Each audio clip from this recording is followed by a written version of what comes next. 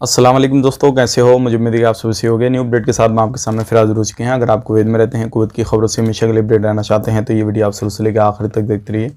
इस वीडियो के अंदर मैं आपको काफ़ी ज़्यादा इंपॉर्टेंट जो है इन्फॉर्मेशन देने वाला हूँ और आप लोगों को बताने वाला हूँ कुछ जानकारी ऐसी जो कि आपके लिए काफ़ी ज़्यादा ज़रूरी है। कहीं पर भी आप रहते हैं कुवैत के अंदर, किसी भी जगह पे रहते हैं तो आपके लिए काफ़ी ज़्यादा इंपॉर्टेंट है। बिना देरी के वीडियो शुरू करते हैं, लेकिन उससे पहले मैं आपको बताना चाहूँगा, चैनल हमारा पहली बार देख रहे हैं, चैनल को ज़रूर सब्सक्राइब करें और साथ ही साथ बेल आइकन ज़रूर प्रेस कर दें ताकि हमेशा आपको इसी तरीके से कुवैत के बारे में जानकारी टाइम टू टाइम मिलती रहे और आप हमेशा हमारे साथ में जुड़े रहें।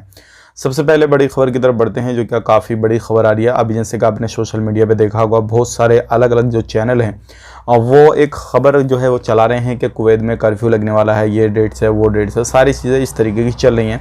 और ये सारी जो चीज़ें हैं मिनिस्ट्री ने कहा है ये इलीगल तरीके से जो भी लोग चला रहे हैं किसी भी तरीके से, ये पूरी अफवाह है। कोई भी इस तरीके से मिनिस्ट्री का ऐलान नहीं है और ना ही हमने कर्फ्यू लगाने का, एयरपोर्ट को बंद करने का किसी भी तरीके से कोई सोचा विचारी की है। तो अगर इस तरीके से कहीं पर भी आप न्यूज़ देखते हैं कि भाई कर्फ्यू वगैरह लगाया जाएगा, ये होगा वो होगा, सारी चीज़ें, तो इन चीज़ों को इग्नोर करें क्योंकि इस तरीके से मिनिस्ट्री ने अभी कोई भी ऐलान नहीं किया है। हालांकि बहुत सारे लोग जो है अफवाही उड़ाते हैं और इस तरीके की जो चैनल हैं वो काफ़ी ज़्यादा विरोध भी करते हैं जहाँ पे झूठ वगैरह ज़्यादा चलता है। अब बात कर लेते हैं अगली खबर की तरफ। जो अगली खबर आ रही है निकल के, ये भी काफ़ी बड़ी है। मिनिस्ट्री ऑफ कॉमर्स के अंदर अभी काफ़ी ज़्यादा लोग जो है वो पॉजिटिव पाए जा रहे हैं जो कि कोरोना से, और इनमें जो है काफ़ी सारे लोग अलग अलग सेक्टर में, अलग अलग जगहों पे भी जो है वो पाए जा रहे हैं।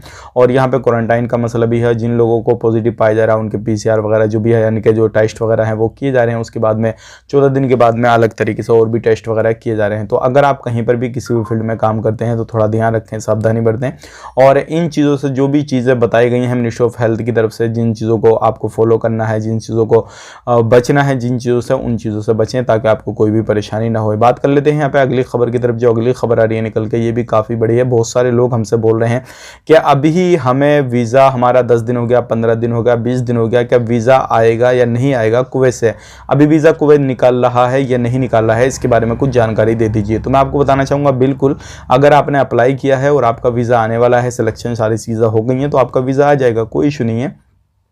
क्योंकि कुवैत सरकार ने लोगों का वीज़ा निकालना शुरू कर दिया है, काफ़ी समय से शुरू है और अभी भी निकल रहा है, बंद नहीं किया है।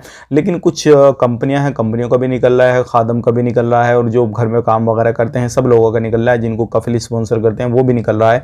सारे तरीके के वीज़ा निकल रहे हैं, लेकिन अभी जो है समय काफ़ी ज़्यादा लग रहा है। लेकिन बस ये फ़र्क कितना है, पहले 100% जो काम होता था अभी वो इतने अच्छे तरीके से काम नहीं हो रहा है, तो ये सारी प्रॉब्लम आ रही है। तो ये थी आज की कुछ जानकारी। बहुत सारे लोग हमसे एक सवाल कर रहे हैं कि अभी हम वीज़ा ले सकते हैं तो क्या हमें फ़्लाइट मिलेगी। ऐसा तो नहीं है फ़्लाइट बंद हो जाएगी या फिर आने वाले वक्त में हमें परेशानी होगी। तो अभी इस तरीके की तो कोई अपडेट नहीं है। इन फ्यूचर कोई भी इस तरीके का अपडेट आता है तो तुरंत आपको इस चैनल पर मिल जाएगी। हमारे साथ में ज़रूर जुड़े रहें।